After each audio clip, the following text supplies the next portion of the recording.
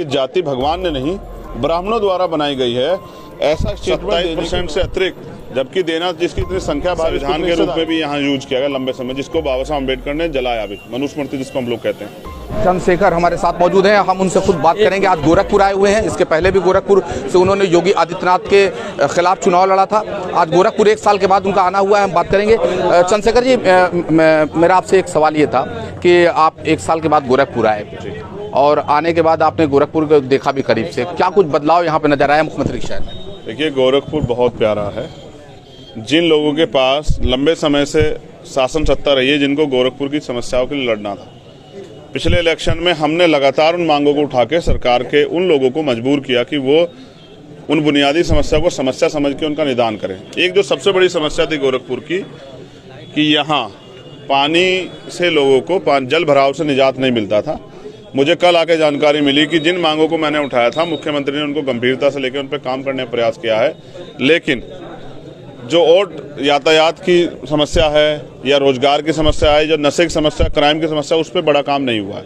आज भी लगातार गोरखपुर क्षेत्र में हत्याएं, नशे के कारोबार, लूटपाट, ये बड़े पैमाने पर देखी जा रही हैं। तो इन पे भी सरकार के लोग गंभीरता से काम करना चाहिए। मुख्यमंत्री को तो सबसे ज़्यादा ताकत है उत्तर प्रदेश में। अगर वो अपने जिले में ही अच्छा काम नहीं कर पा रहे हैं तो इससे उनकी कार्यशैली पर प्रश्न चिन्ह लगता है। अच्छा, रामचरितमानस को लेके एक बहुत ही बड़ा घमासान मचा हुआ है कुछ छंदों के ऊपर, तो आप क्या मानते हैं? जैसे स्वामी प्रसाद मौर्य ने कहा कि इन रामचरितमानस इन छंदों को निकाल देना चाहिए, आप मानते हैं कि वो गलत है या सही? देखिए, कई ऐसे महाकाव्य और काव्य हैं। एक काव्य ऐसा है जो कहता है कि अगर उसको पहले संविधान के रूप में भी यहाँ यूज किया गया लंबे समय, जिसको बाबा साहब अम्बेडकर ने जलाया भी, मनुस्मृति जिसको हम लोग कहते हैं, उसमें लिखा गया अगर शूद्र धन संचय कर ले तो उसके धन को छीनने का अधिकार एक वर्ग को है। अगर वो मंत्र सुन ले तो उसके कान में पिघला के शीशा गिरने का अधिकार का ये अपराध है मंत्र सुनना, तो उसके कान में पिघला के शीशा डाला जाना चाहिए। अगर वो मंत्र का उच्चारण करते उसकी जीभ काट लेनी चाहिए। मंदिर में जाने से मंदिर अपवित्र हो जाता है। इस तरह के जिस भी काव्य, महाकाव्य या जो भी धर्म ग्रंथ में इस तरह की टिप्पणियां हैं, मैं चाहता हूं उनको निकालना चाहिए। उनमें सुधार की जरूरत है। गली सड़ी व्यवस्था में अब लोगों को जीने की आदत नहीं है। कोई भी समाज, चाहे वो महिलाएं हों, शूद्र हो, दलित हों, पिछड़े हों, आदिवासी, कोई भी अन्य धर्म में, वो अपमान नहीं सहना चाहते। अब वह इस अपमान से निजात दिलाने के लिए वो संघर्ष करना चाहते हैं और सरकार को चाहिए इस पर उचित कदम उठाए। तो बीजेपी तो लगातार जोड़ने की कोशिश कर रही है, हर समुदाय के हर वर्ग के लोगों को जोड़ने की कोशिश करी। खास करके अगर हम बात करें कि जो अन्य जातीय के लोग हैं, जो बीजेपी के वोट बैंक कभी नहीं होते थे, बहुजन समाज पार्टी के हुआ करते थे, वो भी अब धीरे धीरे बहुजन समाज पार्टी पिछले विधानसभा चुनाव में पूरी तरीके से उत्तर प्रदेश में समाप्त हो गई, खत्म हो गई। तो आपको लगता नहीं कि बीजेपी की तरफ जुड़ा हुआ है? आखिर ये वोट कहाँ से बीजेपी को इतना % बहुमत मिल रहा है? देखिए, कई चीजें हैं। जिस तरह से बीजेपी ने लोगों की जन भावनाओं के साथ खिलवाड़ की, इलेक्शन से पहले जो राशन देके लोगों की वोट को ठगने, रोजगार तो नहीं दे पाई हैं, लोगों के पास आवश्यकताएं हैं, आवश्यकता के नाम पर राशन और तमाम तरह की सुविधाएं देके उनको कुछ समय के लिए उनकी वोट को प्रभावित करने का काम सरकार के लोगों ने किया। अब जिस तरह की बात आपने बताई, जोड़ने का नहीं, उनकी वोट को लूटने का प्रयास कर रही है।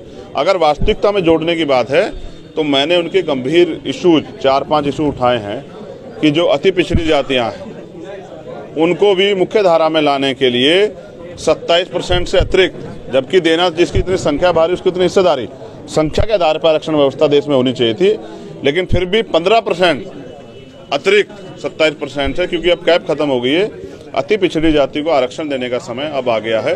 उसके साथ जो दलित समाज की अन्य जातियां हैं, क्योंकि 66 जातियों में हमने डिफाइन किया है, यहाँ उत्तर प्रदेश में 6 दिखती हैं, 60 नहीं दिखती। उनकी संख्या बहुत कम है, उन पे अभी तक पढ़ाई का अवसर भी पूर्ण रूप से नहीं मिला, उनको नौकरियों का तो बहुत दूर की बात है। उनको मुख्य धारा में लाके 5% अतिरिक्त आरक्षण उन जातियों को देना चाहिए। मेरा आखिरी सवाल आपसे यह है कि मोहन भागवत जी और आरएसएस अब दलित वोट की तरफ जो है सींग लगाने की कोशिश कर रही है। शायद 2024 लोकसभा के लिए इस रणनीति तैयार की जा रही है, तो आप किस तरीके से दलितों को वोट को सहेजेंगे अपनी तरफ? देखिए, वो तो मेरे साथी अब तक गुमराह हो रहे थे, धीरे धीरे विश्वास कर रहे, साथ आ रहे हैं। अब आप इस चीज को नोटिस कीजिए, कल जो स्टेटमेंट मोहन भागवत जी ने दिया कि जाति भगवान ने नहीं ब्राह्मणों द्वारा बनाई गई है, ऐसा स्टेटमेंट देने की नौबत क्यों आन पड़ी?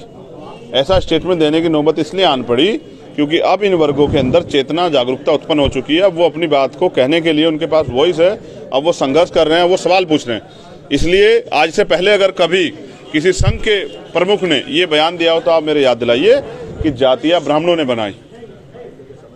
ये बयान इसलिए देना पड़ा कि इन वर्गों में अब जो जागरूकता पैदा हुई है एजुकेशन की बदौलत, वो सवाल कर रहे हैं और सवाल का जवाब सरकारों को और जो मठाधीश बैठे हैं उनको देना पड़ेगा। एजुकेशन का बजट इस बार कम किया है, बजट में एजुकेशन का जो बजट था उसको कम किया, हेल्थ का बजट कम किया। क्यों कम किया है बताए सर? बजट में एजुकेशन का जो बजट था उसको कम किया, हेल्थ का बजट कम किया। क्यों कम किया है बताए सरकार? क्या पढ़ने के लिए साधन कम, पहले से साधन ज़्यादा थे जो अब कम किए गए? अभी भी लोगों को अच्छी पढ़ाई नहीं मिल रही। प्राइवेट, एक तरफ अमीरों के लिए प्राइवेट स्कूल, गरीबों के लिए सरकारी स्कूल का बजट कम करे। क्यों भाई? अमीर लोग प्राइवेट हॉस्पिटल में इलाज करा लेंगे, लेकिन गरीब कहाँ कराएंगे? वो गरीबों के लिए सरकार उसका भी बजट कम कर रहे हो। आप देखिए ना, आप गोरखपुर के बारे में पूछे शुरू में, आप जाइए एम्स में, एम्स के नाम का ढिंडोरा पिटा मुख्यमंत्री ने। बताइए क्या अभी वहाँ डॉक्टर्स अवेलेबल हैं या नहीं है? क्या बुनियादी सुविधाएं जो हॉस्पिटल में होनी चाहिए वो हैं या नहीं है? तो सिर्फ उद्घाटन करके वाहवाही लूटने वाली सरकार को जवाब देना पड़ेगा। मैं गोरखपुर इसलिए आया कि शायद मुख्यमंत्री यहाँ से नज़दीक से सुन लें, क्योंकि उनको लखनऊ में बैठ के वंचितों की, शोषितों की आवाज़ नहीं जाती। आप जवाब देना पड़ेगा और जवाब दे से नहीं भाग सकते मुख्यमंत्री।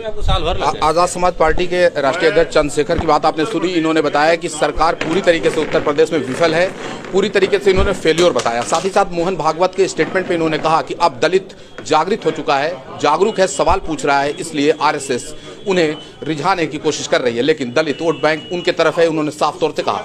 प्रसाद लारी, टाइम्स नाउ भारत, गोरखपुर।